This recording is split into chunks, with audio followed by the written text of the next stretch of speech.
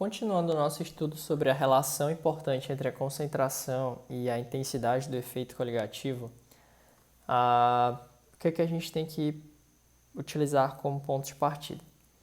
Vamos colocar aqui 1 litro de água, certo? E nesse 1 litro de água eu vou adicionar 1 mol de glicose, tudo bem? Aqui também, nessa outra situação, eu vou pegar o mesmo 1 litro de água, só que agora eu vou jogar 2 mols de glicose. O que a gente tem que observar? Que a concentração ela é um fator determinante no quão intenso é o teu efeito coligativo. E aqui a gente vai discutir como que isso vai ser observado matematicamente, por exemplo.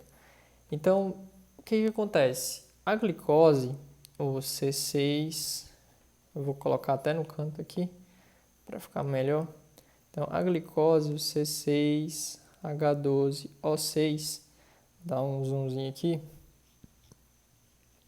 Ela é um composto molecular, beleza? E um composto molecular, na presença de água, ele não vai gerar íons, certo? Não gera íons. Então, se ele é um composto molecular e não gera íon, é importante que você entenda o seguinte, que o número de partículas adicionadas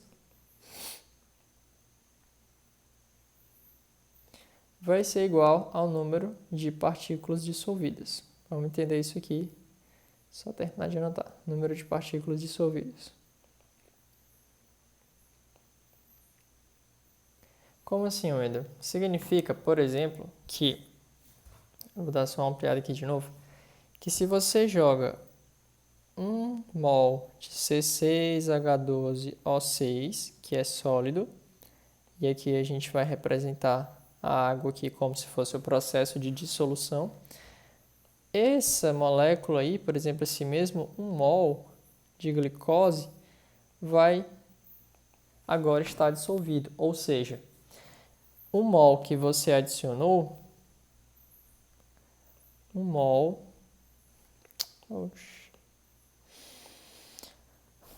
adicionado,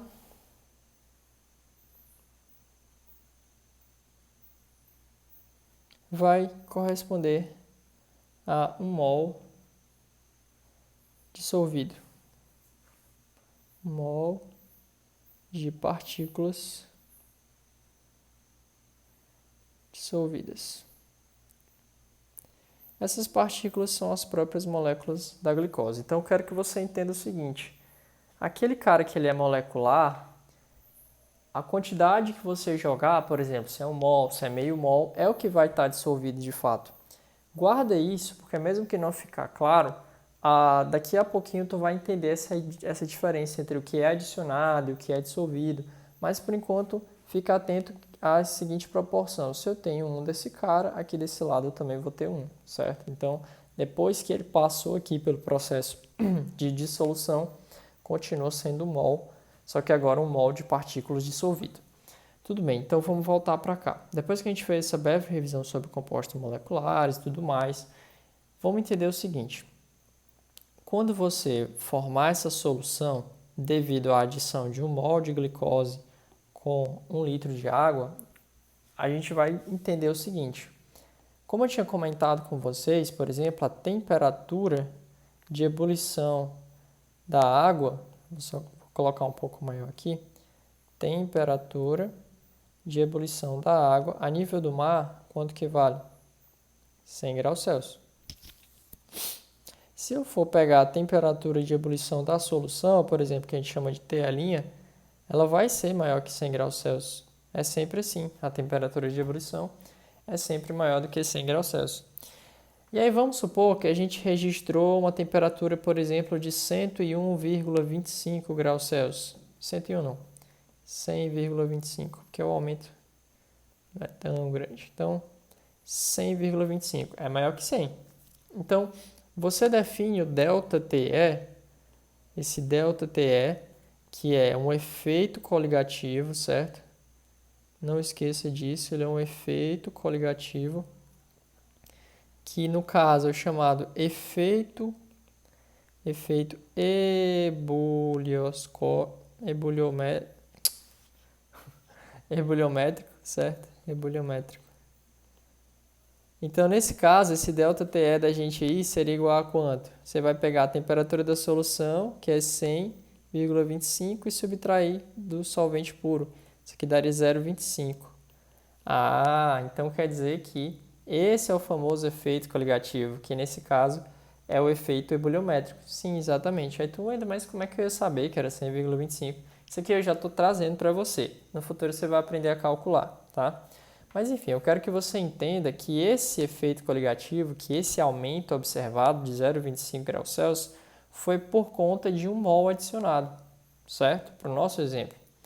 Mas eu quero que você entenda que, por exemplo, aqui nesse caso, a gente teria, por exemplo, quando eu fosse calcular a solubilidade aqui, o mol por litro, por exemplo, eu tenho 1 mol de C6H12O6 dissolvidos para cada 1 litro de água, certo? Para cada 1 litro de água. E aí, aqui nesse caso, o que a gente já vai ter? A gente já teria 2 mols desse mesmo cara, para não precisar repetir, tá? Seria 2 mols aqui dissolvidos para cada 1 litro de água. Então, onde que a concentração vai estar maior? Vai ser, por exemplo, vamos chamar isso aqui de A e isso aqui de B. Onde é que a concentração está maior? Obviamente vai ser no sistema B, porque aqui você tem 2 mols dissolvidos para cada 1 litro. Então agora eu quero que tu entenda o seguinte.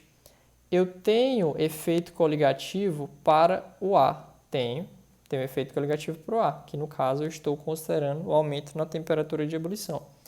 Mas eu também tenho efeito coligativo para o B, porque o B também é uma solução. Só que essa diferença nas concentrações me garante que essas variações na temperatura de ebulição sejam diferentes. Ah, então, Wendel, esse 0,25 que tu observou aqui para A, não vai ser a mesma coisa para B, não? Não, não vai ser a mesma coisa. Apesar de você ter o mesmo soluto, ó, glicose e glicose, você tem quantidades diferentes.